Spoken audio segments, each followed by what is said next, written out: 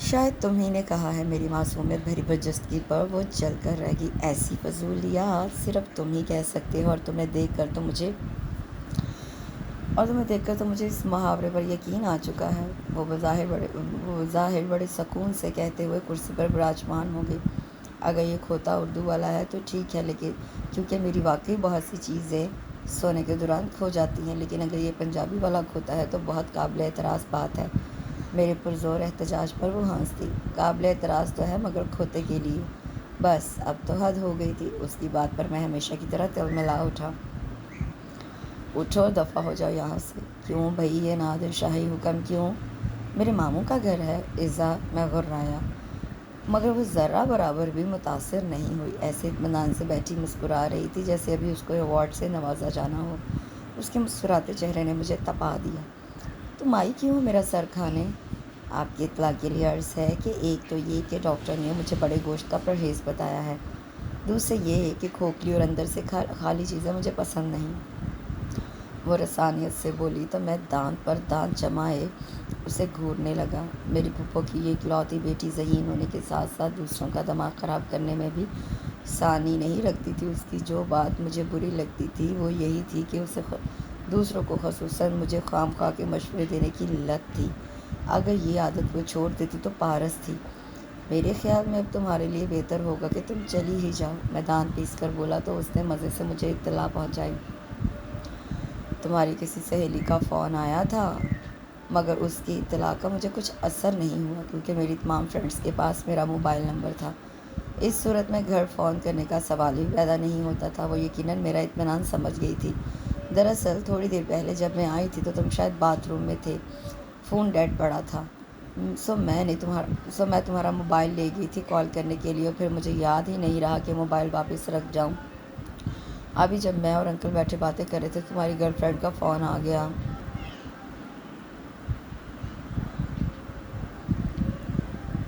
مجبوراً مجھے انکل کے سامنے ہی بات کرنا پڑی۔ وہ بڑی معصومیت سے بولتی مجھے زہر سے بھی بری کوئی چیز لگ رہی تھی۔ میں اچھی طرح جانتا تھا کہ وہ میرا موبائل لے کر ہی اس کے لے گئی تھی کہ ڈیڈی کو میری سوشل ایکٹیویٹیز کے متعلق بتا کر میرا بھرم توڑ سکے، جو میں نے ڈیڈی کے سامنے بہت شریف اور فرمانبردار بچے کا سا بنا رکھا تھا۔ اس لیے اس لڑکی سے میری کبھی بنی ہی نہیں تھی۔ تم اسٹوپڈ، ارے خبردار! وہ تیزی سے میری بات کاٹ گئی۔ تم اس طرح کی حرکتیں مجھے تنگ کرنے کے لیے کرتی ہو، اور اس لیے کہ ڈیڈی کے سامنے میری شخصیت مشکوک ہو جائے۔ میں سلگا تو وہ استہزائیہ انداز سے ہنسی۔ شخصیت؟ شکر کرو میں نے تمہاری عزت رکھ لی۔ 20 تو فون آئے ہوں گے، خدا جھوٹ نہ بلوائے، اور سبھی لڑکیوں کے۔ جی تو چاہ رہا تھا کہ انکل سے بھی تعارف کروا دوں، مگر ترس آ گیا تم پر، وہ احسان جتانے والے انداز میں کہہ رہی تھی۔ میں باز آیا تمہاری ڈپلومیسی سے، میں نے طنز کیا تو وہ شانے اچکا کر کھڑی ہو گئی۔ تم اب کچھ بھی سمجھو، ویسے کسی شاہانہ فاروقی کا فون تھا۔ اس کی بات پر میرے کان کھڑے ہوئے۔ مجھے یقین ہو گیا کہ وہ جھوٹ نہیں بول رہی، کیونکہ شاہانہ فاروقی سے میری دوستی ہوئے ابھی ہفتہ بھر ہی ہوا تھا، اور اس سے پہلے کبھی اس نے فون نہیں کیا تھا۔ ویسے میں نے تو تمہارا بھلا ہی چاہا تھا، اب اگر تم احسان فراموشی دکھاؤ تو الگ بات ہے۔ مجھے حیرت ہوئی، یہ میری خیر خواہ کب سے بن گئی؟ اس کے جانے کا ارادہ بھانپ کر میں نے اپنے لہجے میں خوشگواری سمولی۔ اچھا میڈم خیر خواہ، مان لیا تمہارا احسان، اب پیغام تو دے دو اس کا۔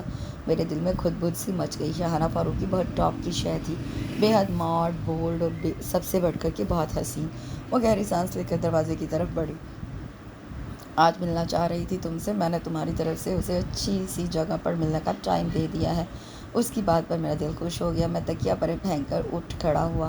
میرے خیال میں زندگی میں پہلا کام تم نے اچھا بلکہ بہترین کیا ہے، وہ بھی میرے حق میں۔ وہ دروازے کے ہینڈل پر ہاتھ رکھے میری طرف مڑی۔ اس کے لبوں پر بہت محظوظ کن مسکراہٹ تھی۔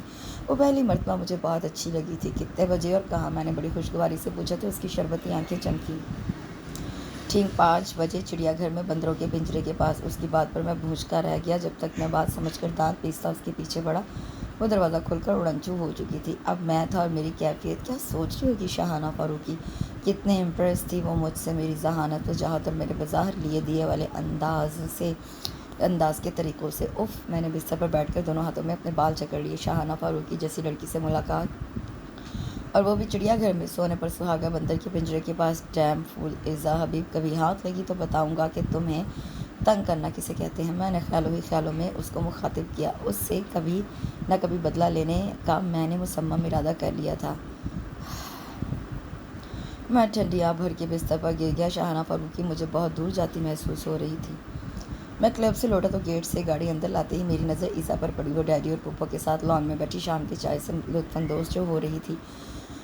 میرا ہفتہ بھر پرانا غصہ پھر سے اود کر آیا۔ اس دن سے میں اس سے بات تک نہیں کر رہا۔ میں گاڑی پورچ میں کھڑی کر کے ان کی طرف بڑھ گیا۔ اگر وہ اکیلی ہوتی تو میں اس کی طرف دیکھنا بھی پسند نہ کرتا۔ اس کی وجہ سے شاہانہ فاروقی سے میری انبن ہو گئی تھی۔ اس کا کہنا تھا کہ تمہاری کزن نے میری بے عزتی کی ہے۔ مجھے شاہانہ فاروقی کی تنگ نظری پر حیرت ہوئی۔ اگر وہ چاہتی تو ایزا کی بات کو مذاق سمجھ کر نظر انداز کر سکتی تھی، مگر وہ اسے اپنی بے عزتی سمجھ بیٹھی تھی، سو میں نے بھی اس سے قطع تعلق کرنے میں دیر نہیں کی۔ مگر ایزا پر غصہ ویسے ہی شدید تھا۔ کل کلام وہ پھر سے کوئی ایسی فضول حرکت کر سکتی تھی۔ السلام علیکم پھپھو۔ میں نے پھپھو کے آگے جھکا تو انہوں نے حسب عادت میری پیشانی چوم کر سر پر ہاتھ پھیرا۔ میں ڈیڈی کے ساتھ والی کرسی پر بیٹھ گیا۔ کبھی خود سے بھی ملنے آ جایا کرو میری جان، بہت دور گھر نہیں ہے۔ پھپھو مجھ پر خفا ہونے لگی تو میں نے ایک نگاہ غلط اس پر ڈالی۔ وہ مزے سے چائے اور سموسے سے شغل فرما رہی تھی۔ یہ بات نہیں ہے پھپھو، دراصل میں بہت بزی تھا کچھ دنوں سے، تو بس اس لیے۔ میں شرمسار سا بولا تو اس نے بیچ میں لقمہ دینا مناسب خیال کیا۔ واقعی امی آپ نہیں جانتی، انہیں تو اپنے بزنس سے سر اٹھانے کی فرصت نہیں ملتی۔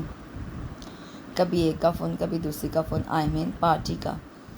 اس کا انداز میں اچھی طرح سمجھ رہا تھا۔ اس کے ہونٹوں پہ پھیلی شریر سی مسکراہٹ مجھے تپا رہی تھی۔ واقعی ولید محنت بہت کر رہا ہے۔ میری تو ساری پرابلمز اب ختم ہو گئی ہیں۔ ڈیڈی کے پرمحبت لہجے نے میرے اندر تک ٹھنڈک ڈال دی۔ میں نے تفاخرانہ نظروں سے اسے دیکھا تو وہ گہری سانس لے کر چائے کی طرف متوجہ ہو گئی۔ جیلسی۔ اور تمہارا ٹینس کس طرح جا رہا ہے؟ پھپھو نے جوس کا گلاس میری طرف بڑھاتے ہوئے پیار سے پوچھا۔ حالانکہ انہیں ٹینس کی الف بے سے بھی واقفیت نہیں تھی، مگر وہ میری ہر بات میں بہت دلچسپی لیتی تھی اور مجھ سے اور یہ ان کی مجھ سے شدید محبت کے لگاؤ کی نشانی تھی۔ فرسٹ کلاس پھپھو، فل ٹائم دوں تو ورلڈ چیمپئن بن سکتا ہوں، میں نے اکڑ کر کہا تو اس نے یوں منہ بنایا جیسے وہ مشکل ہنسی روکی ہو۔ واقعی میں نے ولی کو کھیلتے دیکھا ہے، کلب میں سب اس کی گیم بہت پسند کرتے ہیں۔ ڈیڈی اکثر میرے ساتھ کلب چلے جاتے تھے، اس لیے انہوں نے میرا حوصلہ بڑھایا۔ واقعی انکل، کھیل کھیلنے میں تو یہ واقعی چیمپئن ہے۔ وہ سر ہلا کر بظاہر میری مدح سرائی کر رہی تھی، مگر اس کا طنزیہ انداز محسوس کر کے میرا جوس زہر بن گیا۔ میں نے بمشکل لبوں پر مسکراہٹ چپکا رکھی تھی۔ اور پھپھو انکل کیوں نہیں آئے؟ میں بمشکل خود کو ٹھنڈا کرتے ہوئے پھپھو کی طرف متوجہ ہو گیا۔ وہ بھی تمہاری طرح بزی ہیں۔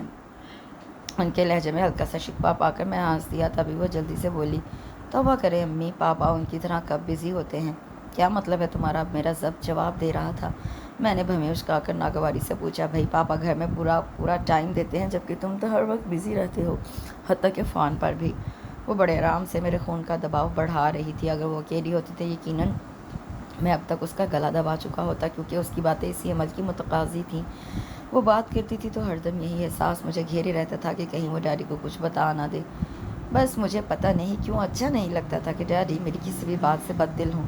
میں شروع سے، یعنی اسکول کے زمانے سے، صنف نازک میں بہت مقبول رہا ہوں، اور چونکہ بدقسمتی سے ایزا بھی اس اسکول اور کالج میں میرے ساتھ پڑھتی تھی، اس لیے میری ہر ایکٹیویٹی اس کی نظر میں آ گئی تھی، باوجود اس کے کہ وہ میری کلاس فیلو نہیں تھی۔ مجھے اسکول ہی میں، جب میں میٹرک میں تھا، اچھی طرح اس بات کا اندازہ ہو گیا تھا کہ میں لڑکیوں کو اپنی جانب مائل کر سکتا ہوں۔ اس کے بعد میں اپنی مقبولیت سے خوب لطف اٹھانے لگا، اور اب یونیورسٹی سے فارغ ہونے تک میری یہ عادت برقرار تھی۔ لڑکوں سے دوستی اپنی جگہ، لیکن ان سے زیادہ تعداد لڑکیوں کی تھی۔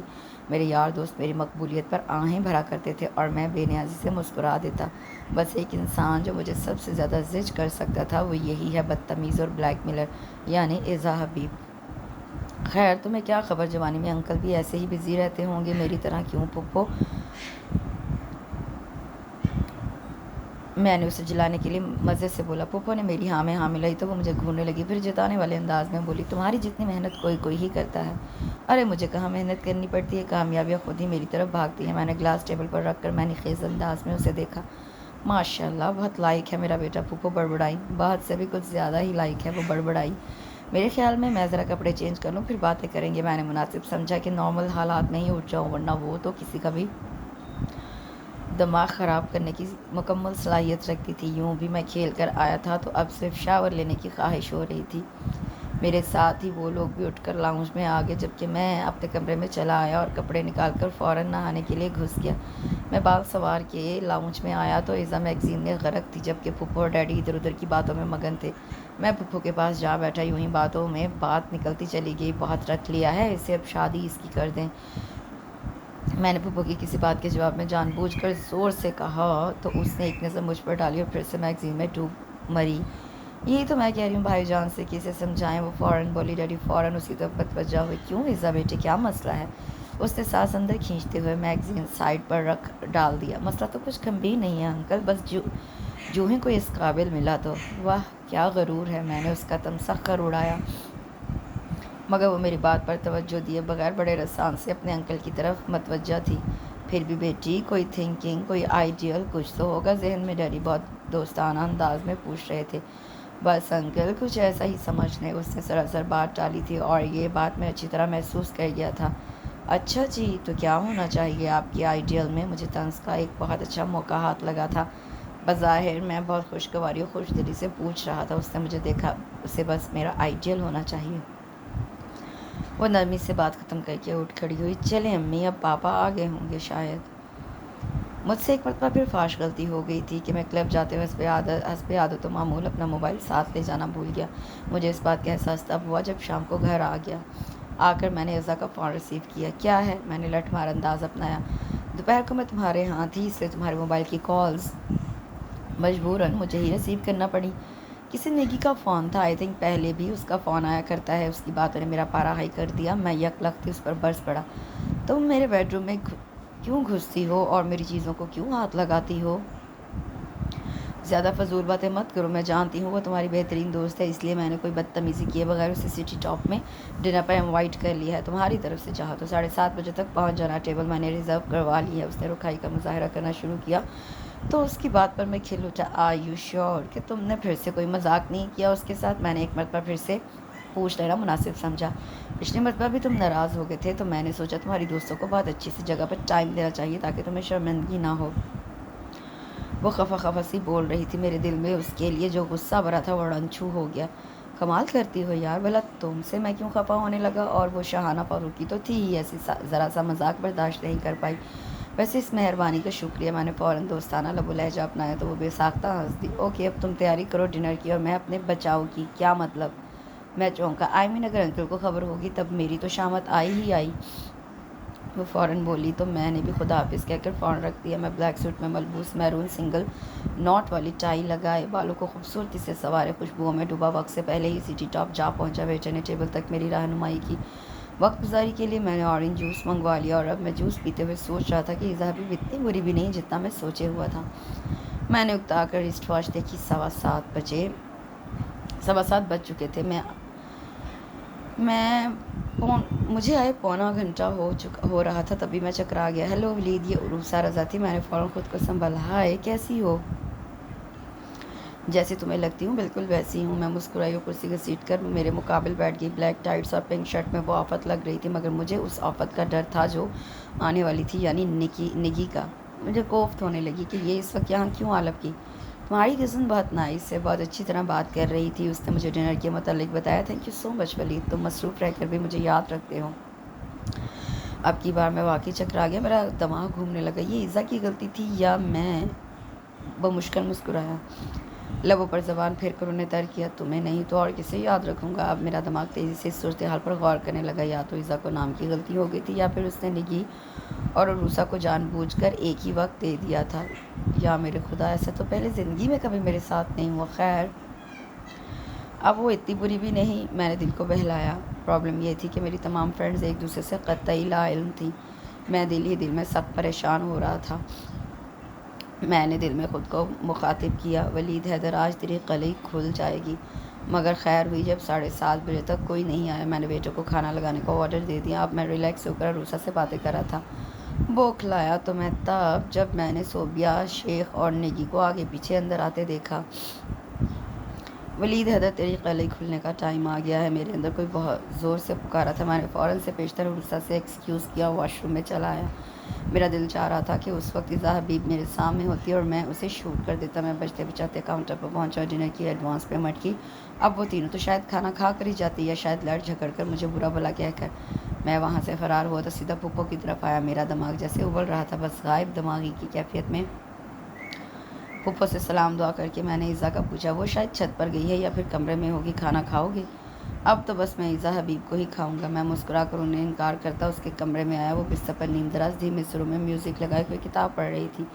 میں اس کے سنبھلنے سے پہلے ہی دندناتا ہوا اس کے سر پر پہنچ گیا۔ کتنی گھٹیا حرکت کی ہے تم نے، شرم نہیں آئی تمہیں؟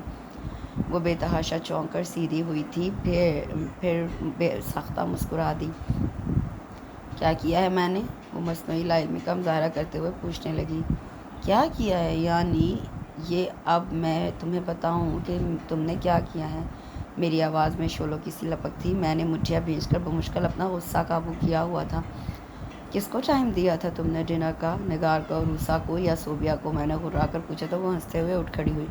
بھئی مجھے کیا پتہ ان میں سے خاص مقام تمہارے دل میں کس کو حاصل ہے، اس لیے میں نے تینوں کو انوائٹ کر لیا۔ احمق لڑکی، اور جو میری بے عزتی ہوئی وہ کس کھاتے میں ہے؟ میں نے اسے غصے سے دھکیلا تو وہ بستر پر گر گئی۔ کیا بےہودگی ہے یہ؟ اسے بھی غصہ آ گیا۔ مار ڈالوں گا کس دن، تمہیں تمیز نہیں ہے؟ تمہیں کسی کام کی؟ آئندہ سے کبھی میرے کمرے میں داخل ہوئی یا میری کسی چیز کو تم نے چھوا تو ہاتھ اور پیر دونوں توڑ ڈالوں گا۔ میں سرد لہجے میں کہا۔ مجھے حقیقتاً اتنا غصہ آ رہا تھا کہ اسے مارنے کو جی چاہ رہا تھا۔ وہ اٹھ بیٹھی۔ مجھے بھی کوئی شوق نہیں ہے تمہاری چیزوں کو چھونے کا، اور تمیز تمہیں نہیں ہے۔ پہلے میں نے چڑیا گھر میں ملاقات کرائی تو غصہ آ گیا، اب ہوٹل میں کرائی تو تب بھی تمہاری اکڑ نہیں جا رہی۔ اب تین خود ہی تم سے ملنے کا کہیں تو کیا کر سکتی ہوں میں؟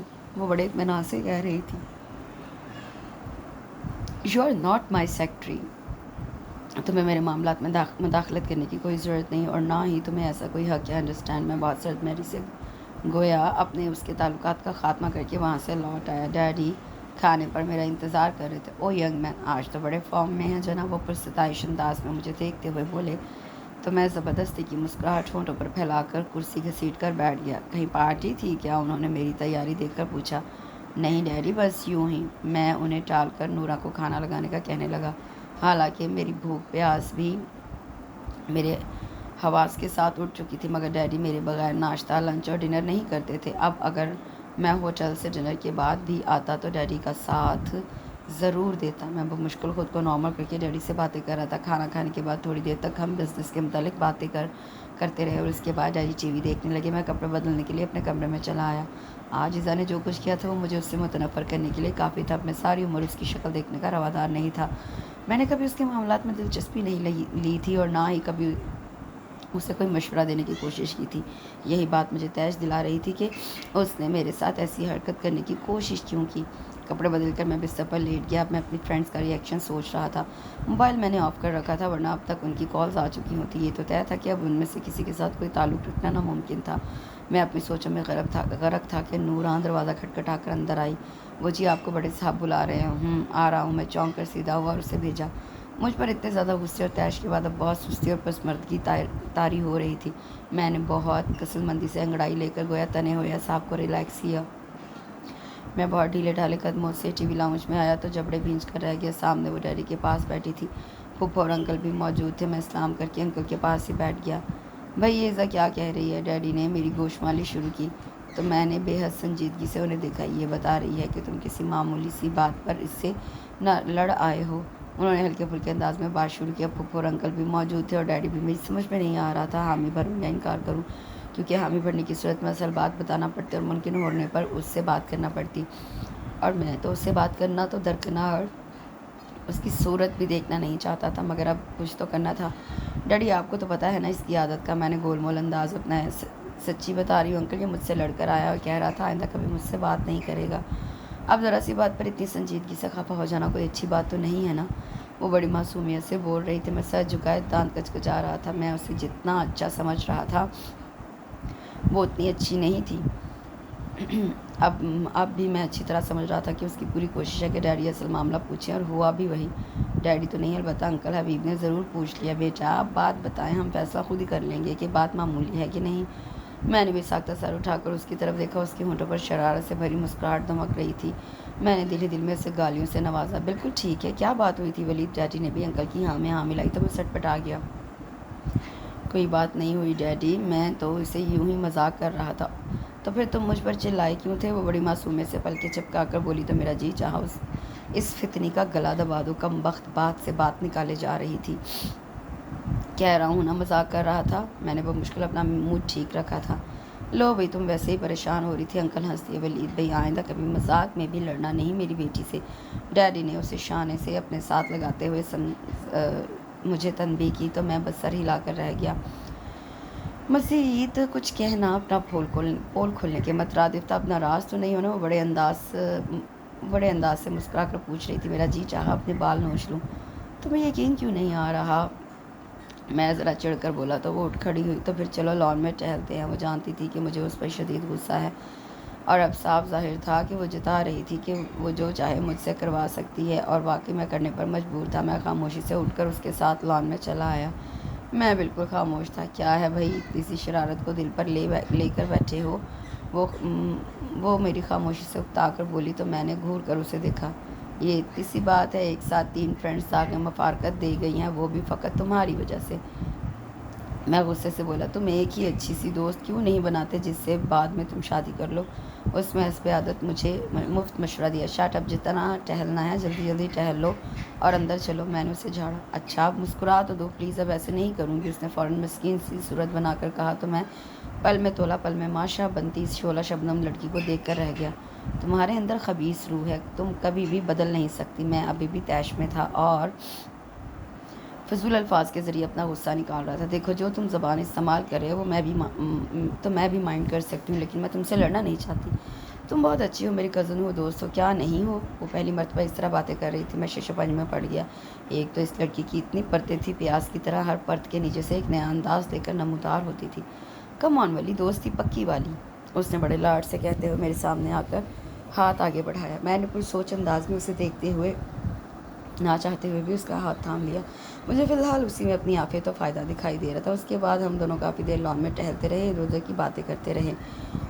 ڈیڈی بزنس کے سلسلے میں اٹلی چلے گئے تو میرا ناشتہ کھانا حسب معمول پھپھو کی طرف ہو گیا۔ حالانکہ نورا موجود تھی، مگر یہ پھپھو کا حکم تھا کہ میں ناشتہ اور کھانا ادھر ہی کھایا کروں۔ ان دنوں مجھے تنہا بزنس دیکھنا پڑ رہا تھا، اس لیے میں کافی دیر سے گھر لوٹ رہا تھا۔ چند دن تک پھپھو جاگتی رہیں۔ جب میں گھر پہنچتا تو وہ مجھے کھانا گرم کر کے دیتی، پھر سو جاتی۔ پھر میں نے باصرار سے انہیں منع کر دیا، کیونکہ کبھی کبھار دوستوں میں بیٹھ کے وقت گزرنے کا احساس نہیں ہوتا تھا۔ گھر لوٹتا تو پھپھو کو نیم غنودہ محو انتظار پا کر بہت شرمندگی ہوتی تھی۔ اب چوکیدار گیٹ کھول دیتا تھا۔ لاؤنج کے دروازے کی ایک چابی میرے پاس موجود تھی۔ میں آسانی سے جب چاہے اندر آ کر کھانا گرم کر کے کھاتا اور مزے سے سو جاتا۔ مسعود اور ناصر کے ساتھ چونکہ تقریباً سال بھر بعد ملاقات ہوئی تھی، اس لیے ان کے ساتھ خوب محفل جمی۔ جب وہاں سے اٹھا تب میں نے ٹائم دیکھا، مجھے کافی سے بھی کچھ زیادہ دیر ہو چکی تھی، اور اب تو شاید چوکیدار بھی دروازہ کھولنے کے لیے نہیں اٹھتا۔ پھر بھی بے حسوں کی طرح کوارٹر والی بیل پر ہاتھ رکھے رہا۔ کھانا تو میں کھا کر آیا تھا، اب شدید تھکن میرے اعصاب کو چرخا رہی تھی اور نیند سے برا حال تھا۔ میں لاؤنج کا دروازہ لاک کر کے اندھیرے ہی میں اپنے کمرے کی طرف بڑا فقط نائٹ بلب کی سبز روشنی لاؤنج کو روشن کر رہی تھی۔ میں اوپر پھپھو، انکل اور ایزا کے کمروں میں جانے والی سیڑھیوں کے پاس سے گزرنے لگا، تبھی رات کے پہر شاید پیاس کے باعث یا کسی اور کام سے اترتے ایزا مجھ سے ٹکرا گئی۔ مجھے اندازہ تھا کہ وہ مجھے پہچان نہیں پائی۔ اس نے خوف زدہ ہو کر چیخنے کے لیے منہ کھولا تو میں بوکھلا گیا۔ میں نے بصرت اس کے منہ پر ہاتھ رکھا اور اسے دھکیل کر دیوار کے ساتھ لگا دیا۔ وہ میری گرفت میں بری طرح مچلی۔ ہم دونوں یقیناً کافی قابل اعتراض حالت میں کھڑے تھے۔ میرا ایک ہاتھ اس کے منہ پر سختی سے جمع تھا اور دوسرا اس کی کمر کے گرد تھا۔ مجھے معلوم تھا کہ ہاتھ ہٹاتے ہی وہ چلانے لگے گی۔ یہ میں ہوں ولید، چیخنا مت۔ میں نے پہلے اسے تنبیہ کی، پھر آہستہ سے اپنے ہاتھ ہٹا کر پیچھے ہٹا۔ وہ گہرے سانس لے کر خود کو سنبھالنے لگی۔ ایڈیٹ، یہ ٹائم ہے گھر آنے کا؟ جان نکال کے رکھ دی میری۔ اگر مجھے ہارٹ اٹیک ہو جاتا تو؟ وہ دانت پیستی مجھ پر الٹ پڑی۔ واقعی بات تو خوف زدہ کر دینے والی تھی۔ میں اسے بغور دیکھتے ہوئے ہنس دیا۔ ویسے تو بڑی بہادر بنتی ہو۔ ٹفر، جا کے سو اب، میری تو پیاس بھی ختم ہو گئی ہے۔ وہ تل ملاتی کڑتی واپس مڑ گئی۔ کاٹن کے نائٹ سوٹ میں الجھی بکھری وہ قیامت کی چیز لگ رہی تھی، حالانکہ اتنی مدھم روشنی میں اس کے نقوش واضح نہیں تھے۔ وہ تو چلی گئی، مگر میں کئی لمحے وہیں کھڑا رہا۔ کچھ عجیب سے احساسات ہو رہے تھے۔ وہ بچپن سے میرے ساتھ رہی تھی اور مجھے کبھی احساس نہیں ہوا تھا، اور اب ایک پل میں وہ اپنا احساس دلا گئی تھی۔ میں قلبی ماہیت کے یک لخت بدلنے کے اسباب پر غور کرتا کمرے میں چلا آیا، لائٹ آن کر کے میں بستر پر گر پڑا۔ میں نے گہری سانس اندر کھینچی۔ لڑکیاں میرے لیے کوئی نئی چیز نہیں تھی، ابھی تو ٹھیک طرح سے جوانی کا مفہوم بھی معلوم نہیں ہوا تھا کہ صنف نازک کی بھرپور توجہ ملنے لگی تھی۔ مگر ایزا حبیب یہ تو کبھی بھی مجھے اچھی نہیں لگی، اپنی تمام تر ذہانت اور خوبصورتی سمیت، بلکہ سچ تو یہ ہے کہ اس کی ذہانت ہی مجھے زہر لگتی تھی۔ میں نے سر کے نیچے ہاتھ رکھ کر آنکھیں موند لی۔ اس کا نرم پر حرارت سا لمس میرے وجود کو ابھی تک گدگدا رہا تھا۔ میں نے چشم تصور میں اسی منظر کو دوبارہ دیکھنے کی سعی کی جو مجھ میں عجیب سا احساس بیدار کر گیا۔ یہ کیا مصیبت ہے؟ میں جھٹکے سے اٹھ بیٹھا۔ پاگل ہو گئے ہو ولید حیدر؟ وہ کبھی بھی تمہارے ایسے احساسات کا مرکز نہیں رہی، اور تم جو شروع سے ہر ایک کو اپنا گرویدہ کرتے آئے ہو، یوں اس طرح ایک نازک سی لڑکی کے آگے ڈھیر نہیں ہو سکتے۔ اور پھر کوئی اور بات ہو تو بھی بات ہے یہ ایزا۔ کپڑے تبدیل کر کے لائٹ آف کر کے میں بستر پر آیا تو آنکھیں مونتے ہی وہ منظر دوبارہ میرے ذہن میں روشن ہو گیا۔ میں نے جھنجھلا کر کپڑ بدلی اور اپنے آپ کو ڈانٹا، ڈونٹ بی سلی ولید حیدر، وہ تمہارے معیار کی لڑکی نہیں ہے۔ میرے دل و دماغ میں کشمکش جاری تھی۔ جو کام اتنے سالوں میں ڈھیروں لڑکیاں نہیں کر سکیں، وہ ایزا حبیب ایک پل میں کر گئی تھی۔ وہ مجھے چرا لے گئی تھی۔ بہت تھک کھا کر سویا تو دل و دماغ ایک ہی نقطے پر مرتکز و متفق تھے کہ پھپھو کی یہ ذہین بیٹی جو دوسروں کا دماغ خراب کرنے میں اپنا جواب نہیں رکھتی، مجھے بھی پاگل بنا گئی تھی۔ مگر اس کے بعد یہ ضرور ہوا کہ میری رات اور نیند خوشگوار ہو گئی۔ میرے ہاتھوں میں اس کے بدن کی تپش اور نرماہٹ سمٹ آئی تھی۔ وہ میرے کس قدر قریب تھی کہ اس کی سانسوں کی خوشبو میرے اندر تک سرایت کر گئی تھی۔ میں نہیں جانتا تھا کہ اس کا حال کیا ہے یا اس پر کیا گزری، مگر میرا حال بہت برا تھا۔ میرے دل میں اسے پانے کی تمنا اچانک جاگ اٹھی تھی۔ یہ پہلی رات تھی کہ سوتے میں کوئی لڑکی میرے ساتھ تھی۔ اس سے پہلے کبھی ایسا نہیں ہوا تھا۔ جاگتے میں ملنے والیوں کو سوتے میں آنے کی اجازت نہیں دیتا تھا۔ میرے شب و روز ایک ہفتے کے اندر اندر بدل گئے۔ میرا جی چاہنے لگا کہ زیادہ سے زیادہ وقت گھر میں اس کے ساتھ گزاروں۔ کچھ میں اپنے آپ پر غور کر رہا تھا کہ کہیں یہ وقتی جذبہ تو نہیں، مگر بہت جلد مجھے اندازہ ہو گیا کہ یہ کچھ اور ہی ہے، وقتی جذبے کے سوا کچھ اور ہے۔ مگر اسے میں نے چاہتے ہوئے بھی ابھی کچھ نہ بتایا تھا، کیونکہ شادی کے متعلق اور سب سے بڑھ کر شریکی حد کے متعلق جو اس کا نظریہ تھا، پھپھو سے مجھے اس کی سنگن مل چکی تھی۔ اب میں ذرا وقت کا انتظار کر رہا تھا۔ کیا بات ہے، آج کل تمہارا موبائل آف کیوں رہتا ہے؟ کھانا کھانے کے بعد وہ میرے ساتھ لان میں ٹہلتے ہوئے مصنوعی پریشانی سے بولی تھی۔ اب میں اسے کیا بتاتا کہ میں اب وہ نہیں رہا، بس ایسے ہی میں بہت سنجیدہ سا ہو رہا تھا۔ تم بہت بدل رہے ہو آہستہ آہستہ۔ اس نے مجھے گھور کر دیکھا۔ اچھا نہیں ہے کیا؟ اب سیریس ہو جانا چاہیے۔ میں مسکرایا تو اس نے نفی میں سر ہلایا۔ کوئی بات تو ضرور ہے، کہیں کوئی جوک تو نہیں لے لیا؟ وہ کیا کہتے ہیں کہ آپ اپنے دام میں صیاد آ گیا۔ ذہین تو وہ تھی ہی، فوراً ٹھیک قیافہ لگا گئی۔ میں نے لمبی سانس اندر کھینچی اور اسے دیکھ کر گویا دھماکہ کیا۔ حیرت کی بات ہے نا، مگر یہ سچ ہے۔ سچی؟ وہ چیخی۔ تم نے مجھے بتایا کیوں نہیں؟ ڈفر کون ہے؟ نکی، عروسہ، صوبیہ، یا پھر بس؟ وہ ایک ہی سانس میں بولے جا رہی تھی۔ میں ہاتھ اٹھا کر اسے روک دیا۔ بتاؤ نا، وہ باصرار بولی۔ چند سیکنڈ میں نے اسے دیکھا۔ تم او شٹ اپ۔ اس کے لہجے کا جوش فوراً ٹھنڈا پڑ گیا اور وہ سر جھٹک کر پھر سے ٹہلنے لگی۔ انکل کب آ رہے ہیں؟ یہی کوئی 3-4 روز میں۔ کیوں؟ میں اس کے ساتھ چلتے ہوئے بولا۔ بھائی اب تم اپنے گھر جاؤ، کیونکہ تمہیں اپنے گھر کے کھانے کی عادت بھول چکی ہے۔ وہ ہنسی تو میں نے شگفتگی سے کہا، ہو سکتا ہے کہ میں یہ عادت ساری زندگی برقرار رکھوں؟ یہ کیسے ہو سکتا ہے؟ وہ بحث کرنے لگی۔ کیا یہ ناممکن ہے؟ میں نے بھمیں اچکائی۔ یقیناً، کیونکہ کھانا میں بناتی ہوں۔ کل کو میں اگلے گھر سدھار گئی تو پھر تم کیا کرو گی؟ وہ شرارت سے پر لہجے میں بولی۔ وہ نہیں جانتی تھی کہ وہ میری سوچ بن چکی ہے، اور سوچ پر کسی کو بھی اختیار نہیں ہوتا۔ میں نہ بھی چاہوں تو اسی کو سوچتا ہوں۔ چاند ہی رات میں اس کا سراپا غضب ڈھا رہا تھا، لبوں میں دبی دھیمی مسکان، شانوں پر لہراتے سیاہ بال۔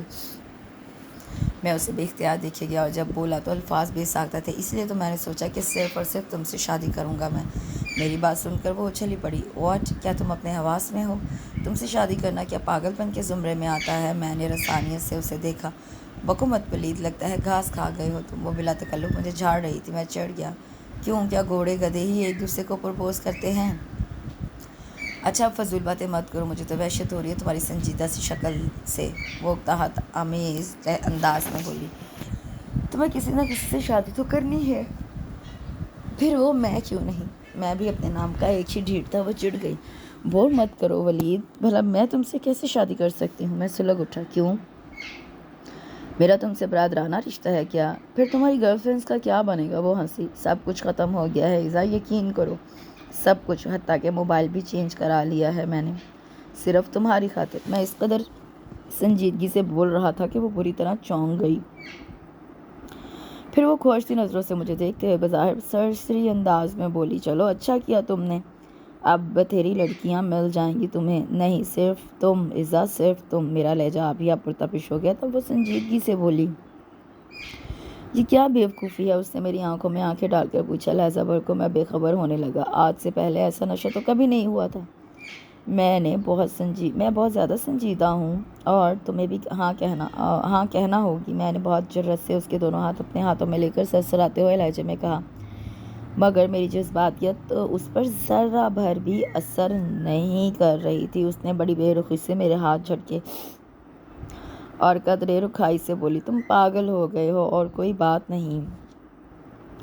کس بات کی کمی ہے مجھ میں؟ میں بڑی خود اعتمادی سے پوچھ رہا تھا۔ اس نے گہری سانس لے کر پام کے درخت پر نظریں جما دی اور بڑے بیزار کن انداز میں بولی، کوئی اور بات کرو ولید، میں بور ہونے کے موڈ میں نہیں ہوں۔ میں پوچھ رہا ہوں کہ کیا کمی ہے مجھ میں؟ میں جھنجھلا کر بولا، آج میں ہر قیمت پر فیصلہ چاہتا تھا۔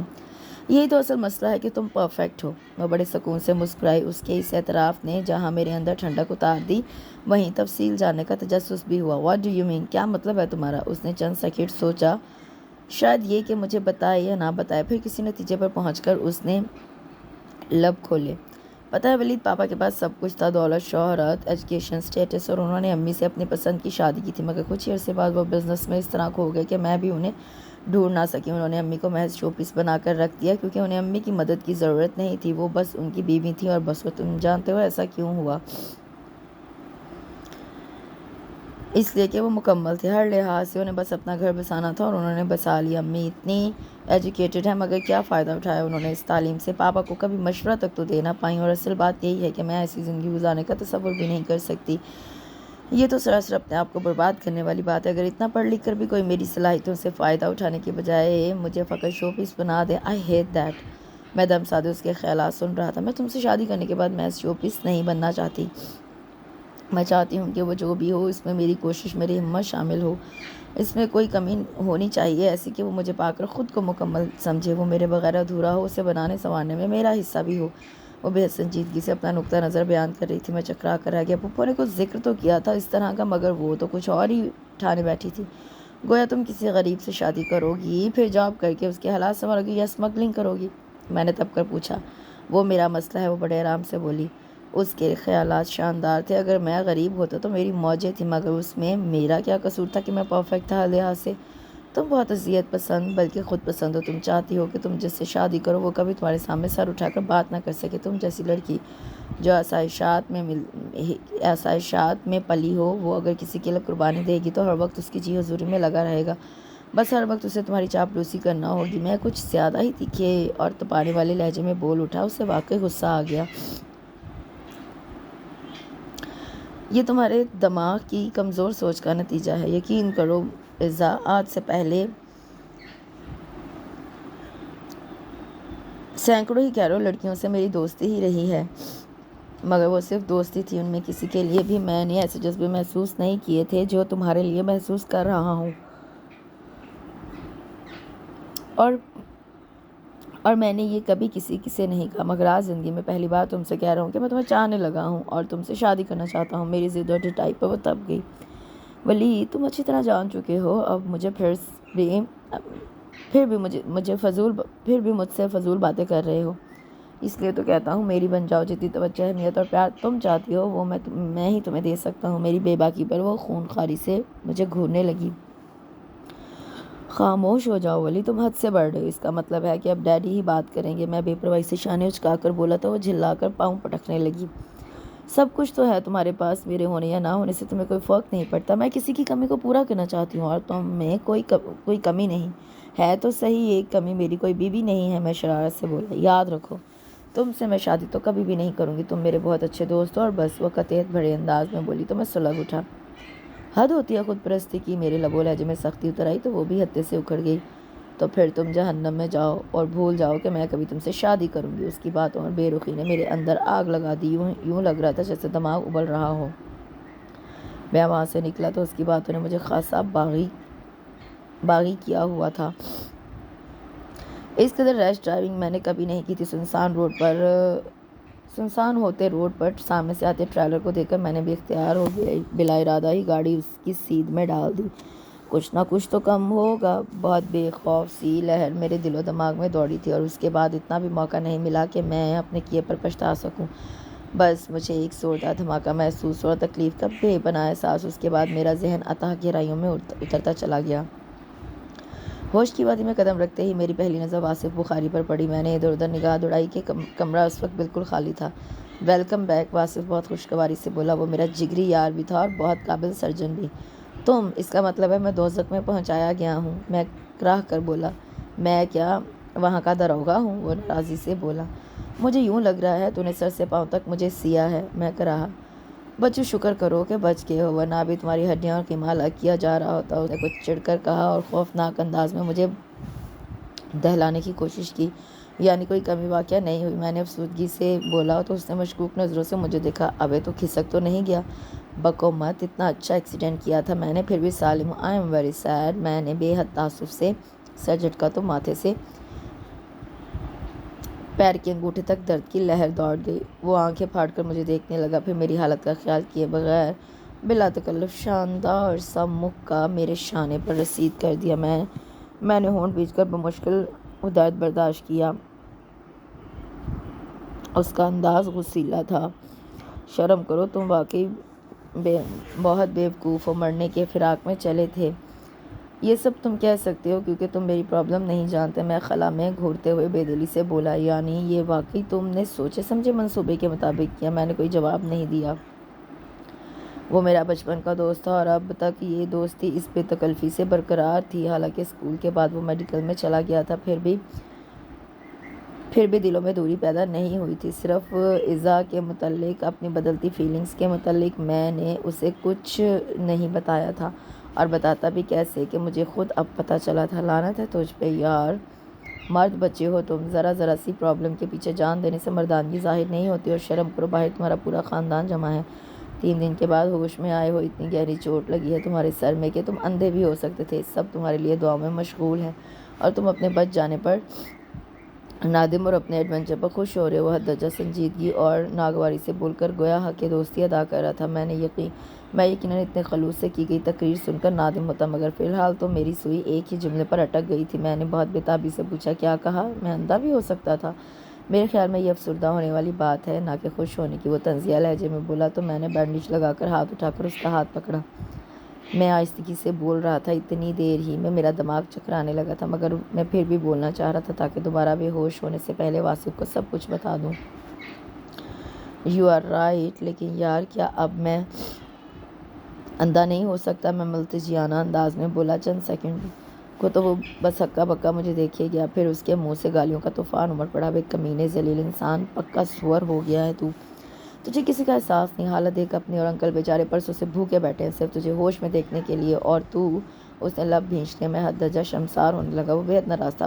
اگر اجازت دو تو میں کچھ کہوں؟ میں نے اپنی پوری طاقت مجتمع کر کے پوچھا۔ بکو، وہ خفگی سے بولا، مگر پہلے جان بخشی کا وعدہ کرو۔ میں نے شرط رکھی تو اس نے مجھے اس کا مطلب ہے کچھ چھپایا ہے تو نے مجھ سے؟ وہ گرایا۔ بس مجھے خود اب پتہ چلا کہ میں نے آہستہ آہستہ ساری بات اسے بتائی۔ وہ ایزا سے اچھی طرح واقف تھا کیونکہ واصف، ناصر اور مسعود ہر ایکٹیویٹی میں میرے ساتھی ہوتے تھے، اور ہر شکایت ایزا ہی کے ذریعے گھر والوں تک پہنچتی تھی۔ وہ حیرت زدہ تھا۔ اوئے ہوئے، یعنی ایزا حبیب، وہ ہری مرچ، آئی ڈونٹ بلیو دس یار، وہ تو بڑی توپ شے ہے۔ بس تو یہ سمجھ لے کہ اس بار گولہ باری سیدھی میرے دل پہ ہوئی ہے۔ میں ٹھنڈی آہ بھر کے بولا، ویری سیڈ یار، وہ ایزا کو اچھی طرح جانتا تھا، مگر اب کیا ہو سکتا ہے یار۔ میں اپنے مشن کی ناکامی سے خاصا ہرٹ ہوا، لیکن مجھے تمہارا طریقہ پسند نہیں ہے، تم کچھ اور بھی کر سکتے ہو، خاصی ناگواری کا مظاہرہ کرتے ہوئے بولا۔ اور کیا کرتا؟ اٹھا کے لے جاتا اسے، یا کہیں گن پوائنٹ پر نکاح پڑھوا لیتا؟ میں چڑ گیا۔ وہ چند لمحوں تک مجھے دیکھتا رہا۔ مان لے کہ تو الو ہے، گاؤدی ہے، پھر ایک شاندار سا پلان بتاتا ہوں۔ اس کی آنکھیں کسی سوچ کی پرچھائی سے چمکی تو میں نے فوراً خود کو احمق تسلیم کر لیا۔ کیونکہ مجھے علم تھا اب میں مزید کچھ نہیں کر سکتا۔ وہ مجھے اپنا پلان بتا چکا تو میں بڑے جوش میں اٹھ کر اس کے گلے لگانے کی کوشش کی، مگر جسم میں اٹھنے والی ٹیسوں نے سارے جوش و جذبے کو ہوا کر دیا۔ میں بے دم سا بیڈ پر گر گیا۔ وہ بے ساختہ ہنس کر مجھ پر جھکا تھا۔ اب یہ سارے جذبات اس توپ شے کے لیے رکھ لے۔ میں بھی آنکھیں موند کر طمانینت سے ہنس دیا۔ میں بھیجوں سب کو اندر؟ اس نے پوچھا تو میں نے ایک آنکھ کھول کر اسے دیکھا۔ ایزا کے علاوہ سب کو بھیج دو اور اسے ذرا خوب احساس جرم دلاؤ کہ یہ سب کسی ذہنی ٹینشن کا نتیجہ ہے، اور یہ بھی کہہ دینا کہ یہ ایکسیڈنٹ خالصتاً میری مرضی کا نتیجہ ہے۔ وہ ہنستے ہوئے باہر نکلا۔ ڈیڈی جس والہانہ انداز میں مجھ سے ملے اس پر میں شرمسار ہو گیا۔ کتنا بڑا جرم کرنے لگا تھا میں اپنی نالائکی کا شدت سے احساس ہو رہا تھا مجھے۔ انکل اور پھوپھو بھی بہت پریشان تھے۔ پھوپھو کے آنسو تو مجھے ہوش میں دیکھ کر بھی نہیں تھم رہے تھے۔ تھوڑی دیر کے بعد واصف اندر آیا۔ اس نے مجھ سے نظر بچا کر آنکھ دبائی تو میں سمجھ گیا کہ وہ معاملہ سیٹ کر آیا ہے۔ میری تھکن کے پیش نظر اس نے مجھے نیند کا انجیکشن لگا دیا۔ باقی معاملہ میں خود دیکھ لیتا ہوں۔ اس نے سرگوشی کی مجھے بچا کے۔ اچھا۔ میں بھی اسی انداز میں بولا۔ چند لمحوں کے بعد میں پھر غافل ہو گیا۔ پھوپھو بہت خوش تھیں کہ میں ایزا سے شادی کرنا چاہتا ہوں، اور ڈیڈی کی تو ویسے بھی وہ لاڈلی تھی۔ انکل بھی بخوشی رضامند ہو گیا، اور اس سارے معاملے کو واصف نے ہی ہینڈل کیا۔ پھوپھو تو خود ایزا کی فضول ضد سے عاجز تھی۔ کہنے لگی مجھے تو ہر وقت ڈر ہی رہتا تھا کسی لنگڑے کانے کو پکڑ کے نہ لے آئے۔ 2-4 ماہ ایک اندھے کے ساتھ گزارے گی تو دماغ سیٹ ہو جائے گا۔ میں نے سیب کا ٹکڑا پھوپھو کے ہاتھ سے لیتے ہوئے کہا تو سب ہنس دیے۔ جب میں اسپتال سے ڈسچارج ہوا تو آئی اسپیشلسٹ کی رپورٹ میرے ساتھ تھی، جس میں مجھے واضح طور پر بلائنڈ قرار دیا گیا تھا۔ مجھے گھر آئے پورا ہفتہ ہو چکا تھا۔ پھوپھو اور انکل تقریباً روز ہی آتے، مگر وہ ایک بار بھی نہیں آئی تھی۔ میں نے غصے میں واصف کو فون کر دیا۔ بے گدھے، کیا کیا تھا تو نے کہ وہ اس سے کہ وہ پلٹ کے آئی ہی نہیں؟ ذلیل انسان، تو نے خود ہی کہا تھا کہ اس کے احساس جرم کو اور ابھارو۔ میں نے اسے کہا تھا کہ جب تو اس کے گھر سے نکلا تھا تو شدید نروس ٹینشن کا شکار تھا، اور یہ بھی کہ تو نے ارادتاً گاڑی ٹھوکی تھی۔ وہ اطمینان سے بولا تو میں سوچ میں پڑ گیا۔ تو پھر وہ کیوں نہیں رہی؟ اسے یہی احساس چین نہیں لینے دے رہا ہوگا کہ تو اس کی وجہ سے اندھا ہو گیا۔ واصف ہنسا تو میں جل کر بولا حد ہے یار، اس سے بہتر تھا میں لنگڑا بن جاتا، کم از کم بیساکھی پکڑ کے اسے مل تو آتا۔ واصف کا کہہ بے ساختہ تھا۔ میں نے تب کر ریسیور ٹریڈر پر ڈال دیا۔ یہ بھی اچھی بات تھی، اندھا بھی میں ہوا اور وہ مجھے دیکھتے بھی نہیں آئی۔ حد ہوتی ہے ظلم کی بھی۔ پھوپھو سے علم ہوا کہ وہ واقعی بہت چپ اور گمسم سی ہے۔ میں بہت جھنجھلا رہا تھا، پتہ نہیں بات بنتی بھی ہے کہ نہیں، جو کچھ ہم نے پلان بنایا ہے اس کے مطابق ہوتا بھی ہے کہ نہیں۔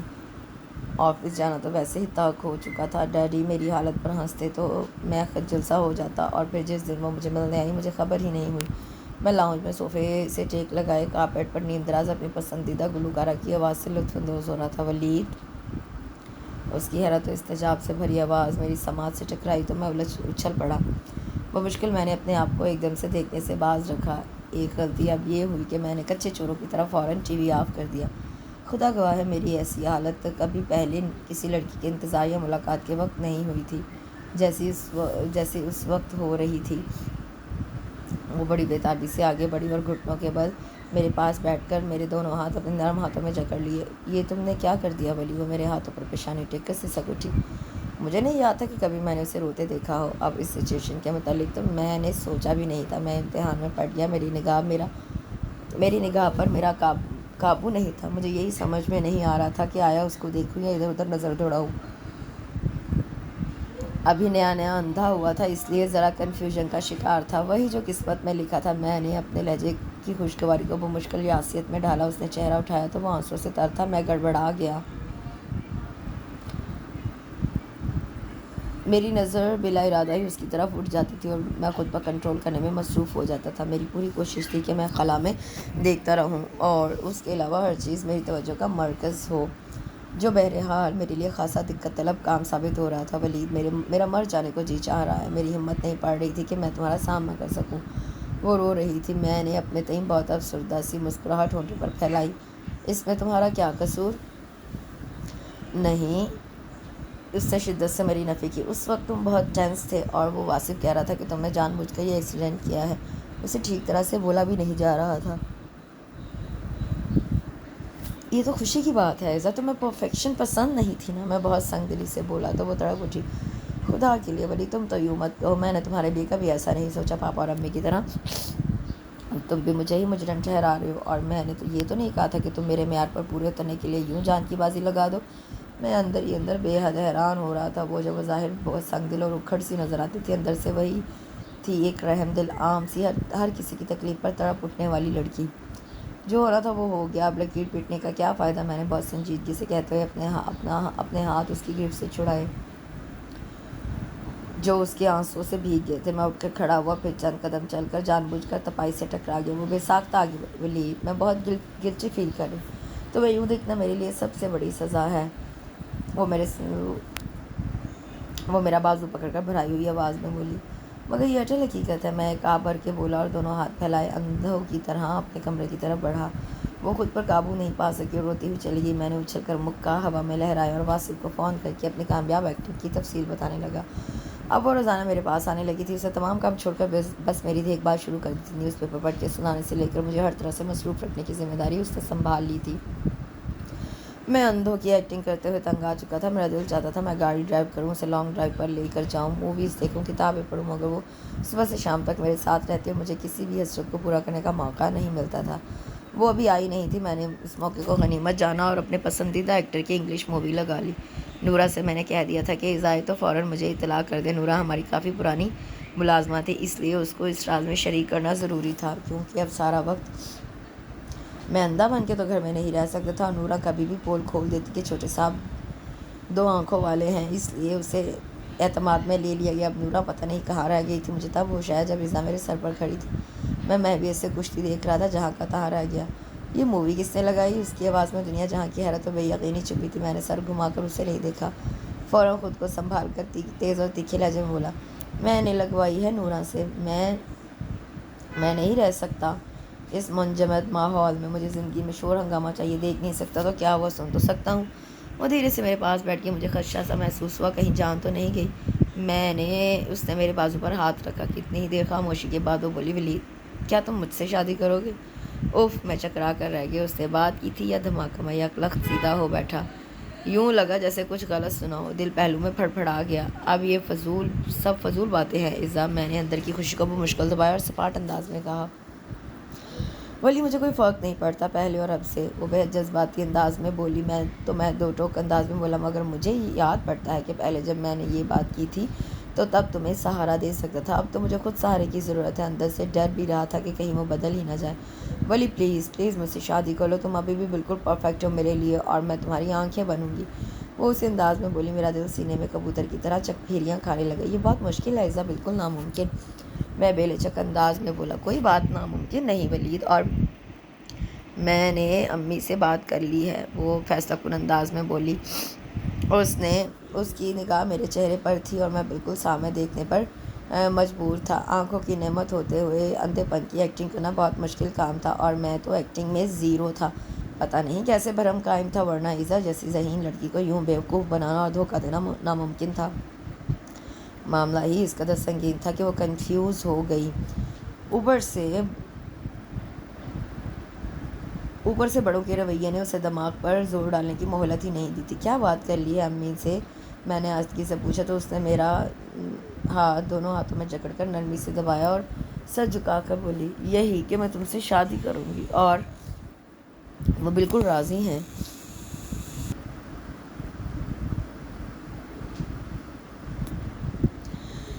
وہ یوں شرما رہی تھی جیسے میں اسے دیکھ رہا ہوں، اور واقعی میں دیکھ رہا تھا۔ وہ مشکل خود کو جوشیلا نعرہ لگانے سے باز رکھ سکا، لیکن میں نے جان بوجھ کر اس کا دل توڑنے والی بات کہنا چاہی، مگر وہ میری بات کاٹ گئی۔ دیکھو، اب معاملہ سپریم کورٹ تک پہنچ چکا ہے اور میں تمہیں اعتراض کرنے کا کوئی حق نہیں، اب جج ہی فیصلہ کریں گے۔ خوشی کی لہریں میرے پورے وجود میں دوڑ اٹھی تھیں۔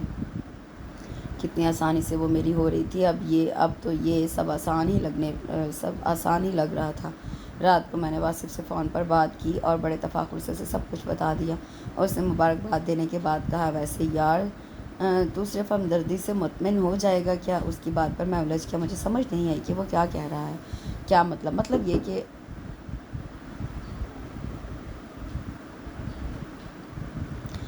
کیا مطلب یہ کہ اگر اسے تم سے محبت ہوتی تو جب تم بالکل پرفیکٹ تھے تب وہ تمہارا پرپوزل قبول کرتی. اب جب کہ مصنوعی ہی صحیح مگر تم اندھے ہو چکے ہو تو اس کا تم سے شادی کرنا محض ہمدردی ہی گنا جائے گا نا. اس کے صفقانہ حد تک سچے تجزیے نے لہجہ بھر کو مجھے چپ کرا دیا. یہ سب تو میں نے پچھلے 1 ماہ میں نہیں سوچا تھا. لیکن یار اتنے لوگوں کی شادیاں ہوتی ہیں, ان سب میں پہلے سے تو محبت نہیں ہوتی. کئی تو ایسے ہوتے ہیں جنہوں نے ایک دوسرے کو دیکھا بھی نہیں ہوتا مگر بعد میں ان کی محبت مثالی ہوتی ہے. میں نے فوراً خود کو سنبھالا. وہ بڑی اوکھی شے ہے, اسے تو غالباً محبت کے ہیجے بھی نہیں آتے. یاد ہے نا اس کا نظریہ تھا کہ کسی بھی ایسے شخص سے شادی کرنا جس میں کوئی کمی ہو. اب وہ شخص کوئی بھی ہو سکتا تھا. اور پھر یہ سوچا کہ جو لڑکی اپنے نظریے کی اس قدر پکی ہے وہ جب تمہاری اصلیت کو جانے گی تب کیا طوفان اٹھائے گی. وہ بہت سنجیدہ تھا, اس کی باتیں مجھے جھنجھلانے لگی. یہ تو ایک پل کی بات ہوتی ہے یار, میں بھی تو ایک لمحے کے حصار میں آ گیا تھا. اسے بھی ہو جائے گی محبت, اللہ کرے ایسا ہی ہو, آمین. فون میں نے رکھ دیا مگر اب واقعی میں سوچ میں پڑ گیا. یہ تو فطری بات تھی کہ میں اپنی محبت کے جواب میں مجھے اس سے بھی محبت ہی چاہیے تھی. اور یہ بات صاف ظاہر تھی کہ میں اس کے لیے کوئی بھی تھا. وہ صرف اس لیے میری بن رہی تھی کہ وہ میرا سب کچھ بن سکے اور میں اس کے بغیر کچھ نہ ہوں. ہر سو اس کی واہ واہ ہو. میں نے سر دونوں ہاتھوں میں تھام لیا. یہ باتیں میں نے پہلے کیوں نہیں سوچی. واقعی واصف صحیح کہہ رہا تھا. اگر رضا کو مجھ سے محبت یا لگاؤ ہی ہوتا تو وہ پہلے ہی مجھے قبول کر لیتی. اس کا یہ فیصلہ اب تو سراسر اپنا علم بلند کرنے والی بات تھی. بے شک میں مصنوعی ہی صحیح مگر دنیا کی نظر میں تو سچ مچ کا اندھا تھا. کیا اسے مجھ سے محبت ہو جائے گی یا وہ محض ہمدردی اور ترس ہی کی بھیک دے گی مجھے. سوچ کر میں سر درد سے پھٹنے لگا. شاید وہ احساس جب میں مبتلا ہو کر راضی ہوئی ہوں مگر اب کیا ہو سکتا ہے. ڈیڈی, انکل اور پھپھو سے میں پہلے ہی ساری بات کر چکا تھا. اب انکار کسی طور ممکن نہیں تھا. وہ بڑی شان سے رخصت ہو کر آئی تھی میرے لیے. اگر سب کچھ وہی ہوتا تو میں بہت خوش ہوتا مگر اب بات وہ نہیں رہی. میں نے واصف کی باتوں کو گزرے دنوں میں بہت سوچا تھا. اگر میں خود کو دھوکے میں رکھ کر نئی زندگی کی شروعات کر دیتا تو خاصے مزے میں رہ سکتا تھا. مگر میں نے بہت غیر جانبداری اور ایمانداری سے اپنا تجزیہ کیا تھا اور فیصلہ ایک ہوا تھا. میں محض اس کی ہمدردی نہیں چاہتا تھا, میں خود کو بہت خوش پرپوز کر رہا تھا. حتیٰ کہ واصف کو بھی اپنے اندر ہونے والی اکھاڑ پچھاڑ کی میں نے ہوا نہیں لگنے دی تھی. مجھے خود پر بہت حیرت ہو رہی تھی. کتنا اچھا اداکار بن گیا تھا میں. یہ اداکاری ہی تو تھی کہ میں اپنی تمام تر بے چینی کو اندر دبائے اونچے کہکے لگا رہا تھا اور کسی کو میرے اندر کی خبر نہیں تھی. اسے پا لینے کی سرشاری اپنی جگہ تھی مگر اسے بدگمانی کی دھول دھندلا رہی تھی. اور جب بیڈ روم میں جانے کا وقت آیا تو مجھ پر گھبراہٹ طاری ہو گئی جبکہ واصف ہنسے جا رہا تھا. اوئے نہ تو تجھے دکھائی دیتا ہے اندھے کہیں کے, تو اندر جا کر کرے گا کیا. اس کی بےہودہ گوئی پر میں نے مصنوعی غصے سے اسے دیکھا. ذلیل انسان, تیری ہی پلاننگ تھی یہ. اور وہ جو موصوف ٹکرے مار کر ٹرالر میں سے شاید دودھ کی نہریں نکالنے کی کوشش کر رہے تھے وہ بھی غالباً میں نے ہی پلان کیا تھا. وہ طنزیہ انداز میں چمک کر بولا. اس سے تو اچھا تھا میں گونگا بہرا لنگڑا ہی بن جاتا. ان پر کم از کم دیکھنے کی پابندی تو نہیں ہوتی نا. میں نے مصنوعیاں بڑی. واقعی یار ولید, سب اس موقع پر بیوی کی تعریفیں کرتے ہیں, تجھے کیا کرنا ہے, چل رہنے دے. وہ بڑے متفکرانہ لہجے میں بولتا. مجھے سخت خبیث لگا. مجھے کافی دیر تنگ کرنے کے بعد وہ ہنستا ہوا چلا گیا تو میں نے اطمینان کی سانس لی. اب میری پوری سوچ ایزا پر مرتکز تھی. گزرے دنوں کے ہر پل میں نے اسے سوچا تھا, اسے بے تحاشا محسوس کیا تھا اپنے آس پاس اپنے کمرے میں. اور آج وہ میری بن کے میری خاطر اپنا پور سجائے میرے کمرے میں محو انتظار تھی. واصف کی باتوں کی روشنی میں جب میں نے اپنا تجزیہ کیا تھا تو حقیقتاً میں نے یہی محسوس کیا تھا کہ میں اس طرح کی دوغلی زندگی سے خوش نہیں رہ سکتا. یعنی میں اس سے محبت کروں اور جواباً وہ مجھے ہمدردی سے نوازے, اور دوسرے یہ کہ ایک ایسی لڑکی کے ساتھ ساری زندگی گزارنا جو کسی سے بھی شادی کر کے خوش رہ سکتی ہے میرے لیے قطعی طور پر ناممکن تھا. وہ خود کو میرے لیے سب کچھ بنانا چاہ رہی تھی اور مجھے اپنا کچھ بھی بنانے کو تیار نہیں تھی. یہ سب میں نے سوچا تھا, بہت افلاطونی فیصلے کیے تھے میں نے. یہ کروں گا, وہ کروں گا, فلاں ڈھمکاں وغیرہ. اب جب رات کی خاموشی چھا چکی ہے, ہر طرف سناٹا اور تنہائی ہے تو رگے جاں بس اسی کو پکارے جا رہی ہے. میں کمرے کی طرف بڑا. دماغ نے گھر کر رک جا ولید حیدر, یہ تیرے شایان شان ہے ہی نہیں. قدم جھٹکے تو دل فوراً مدد کو لپکا. یہ محبت ہے ولید حیدر, محبت کا کام دینا ہوتا ہے, صرف دینا. دماغ تب کیا. یہ دل تو سودائی ہے, ہزاروں کو رسوا کیا اس نے. نہیں ہاں. دل دماغ کی اس بحث میں نے ڈھال ہونے لگا. تب ان دونوں نے اپنا متفقہ فیصلہ سنا دیا. ٹھیک ہے, آزما کے دیکھو, اسے بھی کب تک کرے گی ہمدردی. اور پھر اپنا دل جلانا ہے، کچھ ان کو آزمانا ہے۔ اب کود ہی پڑے ہو تو اس آگ کے دریا میں، تو پھر جذبوں کی پتوار سے محبت کی اس کشتی کو گھسیٹتے ہوئے اس پار جانے کی کوشش کر ہی ڈالو، ہو سکتا ہے راہ میں اور مسافر بھی مل جائے۔ میں دروازے کی چوکھٹ پر کھڑا تھا، فیصلہ ملتے ہی دل و دماغ کچھ پرسکون ہو گئے۔ میں بہت محتاط انداز میں دروازہ کھول کر اندر داخل ہوا۔ ایک تو اندھوں کی ایکٹنگ کرتے ہوئے مجھے شرم بھی بہت آتی تھی، شاید وجہ یہ تھی کہ میں سب کچھ دیکھ سکنے کے باوجود اندھا بنا ہوا تھا۔ وہ بیڈ پر موجود نہیں تھی، میں بھونچکا رہ گیا۔ وہ مشکل خود کو ادھر ادھر نظریں دوڑانے سے باز رکھ کر میں اندازاً بیڈ تک پہنچا۔ مجھے یوں محسوس ہو رہا تھا جیسے وہ کہیں چھپ کر مجھے دیکھ رہی ہے، اس لیے مفت میں زائد ایکٹنگ کرنی پڑ رہی تھی۔ عزا، میں نے اسے پکارا مگر کوئی رسپانس نہیں ملا۔ میں جھنجھلانے لگا، اب کیا کرتا؟ اسے ایک دم سے آوازیں تو دے نہیں سکتا تھا جب تک بستر پر اس کی موجودگی یا غیر موجودگی کا یقین نہ کر لیتا۔ میں نے جان بوجھ کر بستر پر ہاتھ پھیرا، ہو سکتا ہے اسے میری ایکٹنگ پر کوئی شک پڑ گیا ہو۔ میری جھنجھلاہٹ بڑھ گئی، یہ سوچ کر اور غصہ آنے لگا کہ خدا نخواستہ اگر میں سچ مچ اندھا ہو گیا ہوتا تو اور وہ میرے ساتھ یہی ڈرامہ کرتی تو پھر میرا کیا حال ہوتا۔ میں نے غصے سے جوتے اتار کر ادھر ادھر پھینکے اور بستر پر لیٹ کر آنکھوں پر بازو رکھ لیا۔ اپنے بازو پر نرم سی گرفت محسوس کر کے میں نے بے ساختہ بازو پرے کیا تو میری نظریں اس کے شفاف چہرے پر جم سی گئی۔ اتنی قربت کا بھلا میں نے کب سوچا تھا؟ وہ بہت بری جگہ پر میں پھسلنے والا تھا۔ بصارت سنبھلا اور اٹھ بیٹھا۔ عزا، کہاں تھی تم؟ میں نے فوراً نظریں گھما لی جو اس کے مقناطیسی چہرے کی طرف کھینچی چلی جا رہی تھی۔ میرے دل کو جیسے کسی نے مٹھی میں لے لیا تھا۔ وہ کپڑے تبدیل کر چکی تھی، لبوں پر لپسٹک تک اس نے نہیں چھوڑی تھی۔ وہ میرے بالکل پاس تھی۔ میں نے اس کا چہرہ اپنے دونوں ہاتھوں میں تھاما، پھر ایک ہاتھ اس کے چہرے پر پھیرا۔ وہ خود میں سمٹ سی گئی۔ تم نے کوئی زیور نہیں پہنا؟ میں سنجیدہ تھا۔ پہنے تھے لیکن بہت الجھن ہو رہی تھی۔ تم تو جانتے ہو میں کبھی بھی اتنا تیار نہیں ہوئی، بس فرصت ملتے ہی سب کچھ الگ کر دیا۔ وہ بہت نرمی سے بولی تو میں ہاتھ پیچھے کھینچ کر نیم دراز ہو گیا اور اس کی طرف سے کروٹ بدل لی۔ یوں کہو کہ اس لیے سب کچھ ختم کر دیا کہ میں تمہیں دیکھ نہیں سکتا، تمہاری تعریف نہیں کر سکتا۔ وہ بہت تلخی سے بولا تھا۔ مجھے اس قدر غصہ آ رہا تھا کہ حد نہیں، یعنی کہ کمال ہو گیا۔ میری زندگی کی اس قدر اہم رات تھی اور میں اس کا وہ روپ بھی نہیں دیکھ پایا جس کا صرف میں حقدار تھا، جو فقط میرے لیے اس نے رچایا تھا۔ حالانکہ اس ایک نظر سے دیکھا جائے تو یہ اس کا بالکل صحیح اقدام تھا۔ بالفرض میں واقعی نابینا ہوتا تو اس کا یہ روپ سنگھار بیکار ہی ہوتا، بلکہ مجھے احساس ندامت کا شکار ہونا پڑتا کہ میں اس کو دیکھ نہیں سکتا۔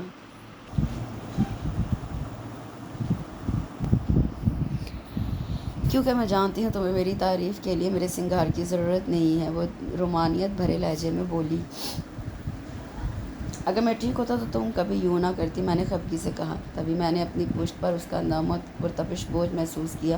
اس نے اپنا ہاتھ میرے بالوں میں پھنسا کر نرمی سے جھٹکا دیا اور میرے کان میں سرگوشی کی۔ تم بہت فضول باتیں کر رہے ہو ولی۔ اس کے اس قدر قرب سے میرا وجود سنسنا اٹھا۔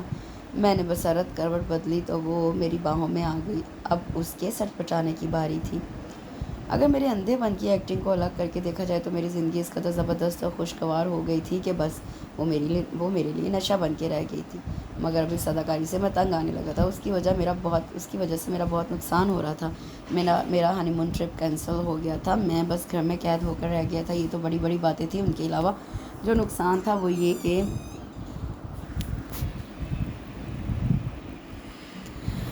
جب وہ مجھے بہت اچھی لگتی یا نیکسٹ سے تیار ہوتی تب میں بے اختیار اس کی تعریف نہیں کر سکتا تھا، کیونکہ میں تو اندھا تھا۔ سب کا خیال تھا کہ اب تو شادی ہو چکی ہے، اب اس ڈرامہ بازی کو ختم کر دینا چاہیے، مگر میں ایسا نہیں چاہتا تھا۔ میں معلوم کرنا چاہتا تھا کہ وہ مجھ سے ہمدردی کرتی ہے یا اس کے دل میں میرے لیے واقعی جگہ ہے۔ وہ آصف نے اس کے بعد مجھ سے کوئی بات نہیں کی تھی، مگر میرے دل میں اس کی انہی باتوں کی کسک تھی، اور اس کسک کو بڑھاوا تب ملا جب اس کا خود پسندانہ رویہ میرے سامنے آنے لگا۔ عزا کی بیسٹ فرینڈ رملا آئی تھی اور وہ اس کے ساتھ ڈرائنگ روم میں بیٹھی باتوں میں مگن تھی۔ میں اندر گیا تو عزا نے فوراً اٹھ کر مجھے صوفے پر بٹھایا۔ ایک تو اس کی توجہ دوسروں کے سامنے مجھے شرمسار کر دیتی تھی۔ اور آپ کا کیا حال ہے رملا؟ میں خوش دلی سے پوچھنے لگا۔ بالکل ٹھیک، آپ سنائیں ولید بھائی، آپ تو خوش ہیں نا؟ وہ ہنسی تھی۔ ابھی میں کچھ کہنے ہی لگا تھا کہ عزا بول اٹھی۔ یہ خوش کیوں نہیں ہوں گے؟ صبح سے شام تک میں ان کا خیال رکھتی ہوں، کسی بھی قسم کی کوئی تکلیف نہیں ہونے دیتی، اخبار پڑھ کے سناتی ہوں تاکہ بکس بھی۔ او میرے خدا، یہ عزا تھی؟ مجھے جھٹکا سا لگا۔ اس کی آواز میں سادگی مگر چہرے پر غمزدہ سے تاثرات تھے۔ یہ تمہاری عظمت ہے عزا، ورنہ خوبصورت پڑھی لکھی اور آسائشوں میں پلی لڑکی کے لیے ایسا فیصلہ کرنا ناممکن سی بات ہے۔ رملا نے فوراً اسے سراہا، پھر میری تائید چاہی۔ کیوں ولید بھائی؟ ہاں، میں نے گہری سانس لے کر کہا۔ یہ تو ایزا کا احسان ہے مجھ پر۔ میرا خیال تھا کہ وہ اس جملے پر ریئیکٹ کرے گی، مگر وہ ایسے خاموش تھی جیسے میری سوچ ٹھیک ہو۔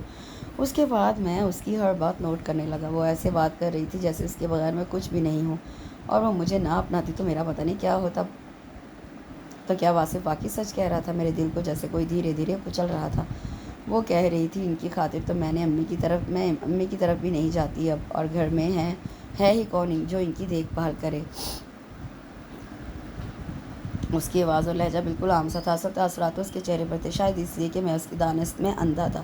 رملا نے کچھ بولے بغیر ہمدردی سے اسے دیکھتے ہوئے تعصب سے ساری لائے۔ سب لوگ تمہاری تعریفیں کرتے ہیں، خیر یہ تو میں نے کبھی نہیں چاہا، یہ میرا فرض ہے کہ میں ولید کی ہر طرح سے دیکھ بھال کروں۔ وہ چمکتے چہرے کے ساتھ بہت نرمی سے بولی۔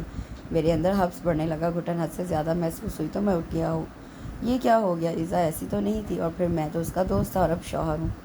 وہ کیوں ایسا کر رہی ہے؟ سب کو اس نے بتا رکھا تھا کہ وہ میرا کتنا خیال رکھتی ہے، اور خود نمائی اور خود پسندی نہیں تو اور کیا تھی؟ تو کیا وہ مجھ سے صرف ہمدردی کی بنا پر اور میری باراتی؟ کیا وہ پتھر میں جھونک لگانے کو کافی نہیں؟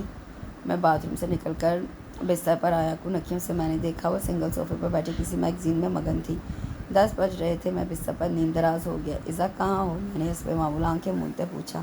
یہی ہوں، وہ بے توجہی سے بولی۔ اب آ بھی جاؤ یار، نیند آ رہی ہے مجھے، تم سو جاؤ، میں ذرا یہ وارڈروب سیٹ کر رہی ہوں۔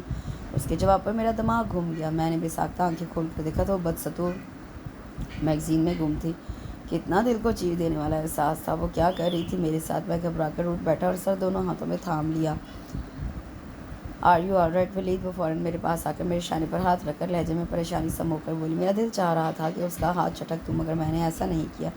میں ابھی اس کا اصل روپ دیکھنا چاہتا تھا، اس کے بعد میں ایسا فیصلہ کرتا کہ وہ خود بھی کام کر رہ جاتی۔ ٹھیک ہو، تم جا کر وارڈروب سیٹ کرو، میں سرد و سپاٹ لہجے میں بولا۔ میرا خیال تھا کہ وہ چپ رہ جائے گی، مگر وہ بڑے دلربانہ انداز میں میرے شانے پر تھوڑی ٹکا کر بولی۔ وہ تو ہو گیا، باقی صبح کر لوں گی، ابھی تو روٹھے ساجن کو منانا ہے۔ اگر نارمل حالات ہوتے تو میں اس کے اس اظہار پر شاید پاگل ہی ہوتا، اسے اتنا پیار کرتا کہ اس کا تن من سیراب کر دیتا، مگر اب اس کے یہ الفاظ مجھے اپنا مذاق اڑاتے محسوس ہو رہے تھے۔ میرے دل میں شور سا مچ گیا، اس قدر بے قدری اور بے وقتی۔ تم ابھی جا کر اپنا کام ختم کرو، میں سوؤں گا اب۔ میری اکتاہٹ اور بیزاری بھانپ کر اس سے مزید پیش قدمی نہیں کی، اور بڑی بے پرواہی سے شانے اچکا کر اٹھ کھڑی ہوئی۔ اس نے تو مجھے شاید بھکاری سمجھ لیا تھا، جب فیاضی کا موڈ ہوتا بھیک دے دی، جب جی چاہا دھتکار دیا۔ میری حیرت اور دکھ کا احساس ختم ہونے کا نام ہی نہیں لے رہا تھا۔ میں نے سلگتے ذہن اور تپتی آنکھوں سے اس کی طرف دیکھا۔ وہ بہت بے پرواہی سے دوبارہ اپنی مصروفیت میں مگن ہو چکی تھی۔ اس کے کئی روپ لمحہ بھر میں میری نظروں کے آگے گھوم گئے، مگر کوئی بھی ایسا روپ تو نہیں تھا اس قدر دل کو دکھانے والا، رگوں میں اذیت بھر دینے والا۔ رات بھر سوئی جاگی کیفیت میں وہ مجھے زمانے بھر کی اذیتیں سونپ مزے سے سو رہی تھی۔ یہ اس طرح بے رخی سے منہ موڑ کر سونے کی راتیں تو نہیں تھیں، اور ابھی تو وہ مشکل 1 ہی ماہ ہوا تھا۔ میں نے گیلے بالوں میں ہیئر برش کرتے ہوئے اس سے شرٹ مانگی، پینٹ اور بنیان میں پہن چکا تھا۔ اس نے اطمینان سے وارڈروب میں سے پنک لائننگ والی شرٹ نکال کر مجھے لا تھمائی۔ یہ میری ناپسندیدہ ترین شرٹ تھی، اور یہ بات اسے اچھی طرح معلوم تھی۔ میری پینٹ کون سی کلر کی ہے؟ میں نے جان بوجھ کر پوچھا۔ اب صاف تو نہیں کہہ سکتا کہ یہ پنک شرٹ میں نہیں پہنوں گا، ڈارک براؤن۔ وہ دل جمی سے اپنے کپڑے پریس کرتے ہوئے سرسری انداز میں بولی۔ تو پھر تم نے شرٹ براؤن لائننگ والی نکالی ہے نا؟ میں نے پوچھا تو اس نے ایک نظر میری طرف ڈال کر اکتاہٹ آمیز انداز میں سر ہلایا، پھر تیقن سے بولی، ہاں وہی ہے، براؤن لائننگ والی۔ میں سن بیٹھا رہ گیا۔ یہ کیا کھیل وہ میرے ساتھ کھیلنے جا رہی تھی؟ اس قدر خود غرضی۔ اس دن میں نے سنجیدگی سے اس کی حرکتوں کا تجزیہ کیا تو اندازہ لگایا واصف بالکل ٹھیک کہہ رہا تھا۔ اسے محبت کے ہجے بھی معلوم نہیں، اسے بس کسی کی لاٹھی بننے کا شوق تھا، اور سرکل میں خود کو منوانے اور اپنی واہ واہ کرنے کا شوق۔ میں اس کے لیے محض ایک شہرت اور مقبولیت حاصل کرنے کا ذریعہ تھا، اور بس۔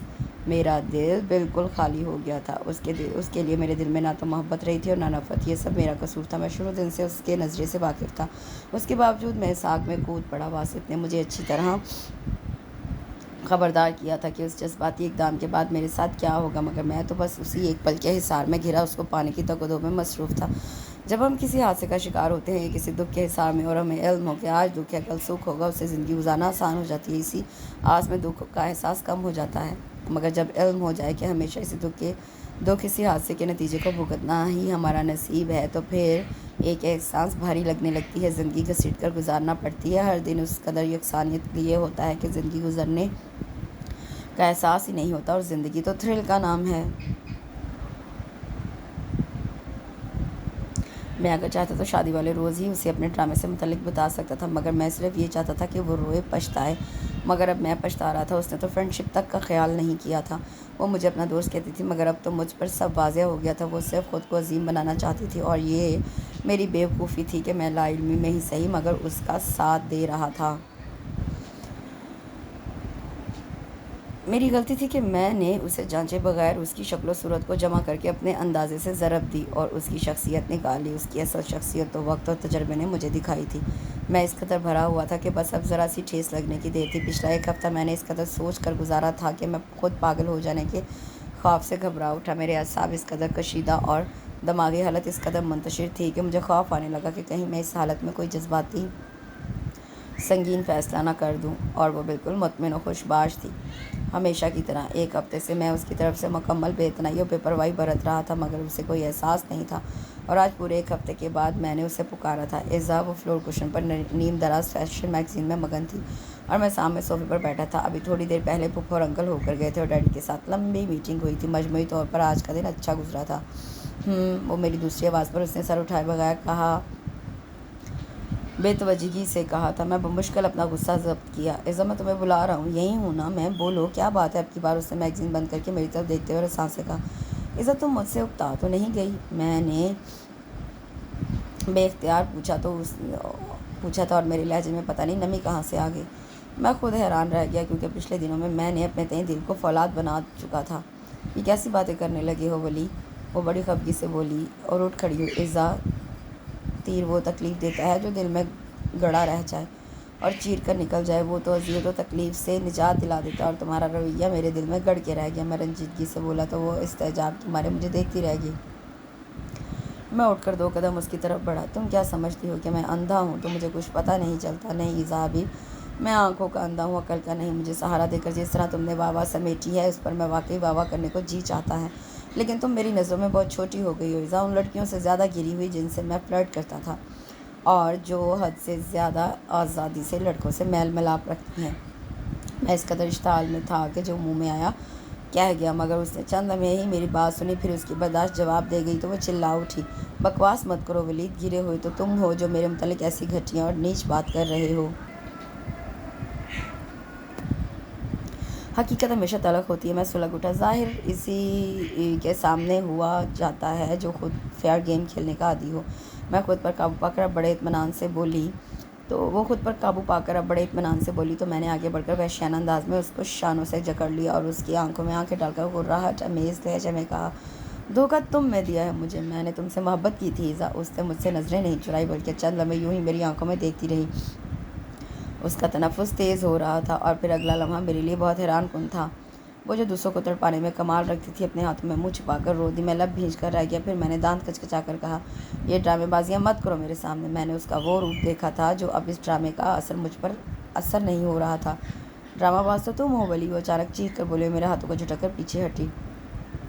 اس کی ڈٹائی پر مجھے غصہ آ گیا۔ تم اتنی گھٹیا ہو یہ میں سوچ بھی نہیں سکتا تھا۔ تم نے میرے اعتبار کو ٹھیس پہنچائی ہے۔ میں بھی اسی لہجے میں بولا، اپنا الزام مجھ پر مت لگاؤ۔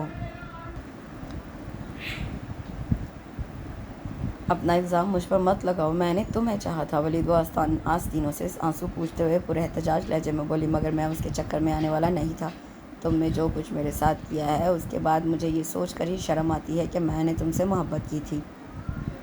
میں زہرخند لہجے میں بولا تو وہ چلا اٹھی، اور تم نے کتنی گری ہوئی حرکت کی ہے میرے ساتھ۔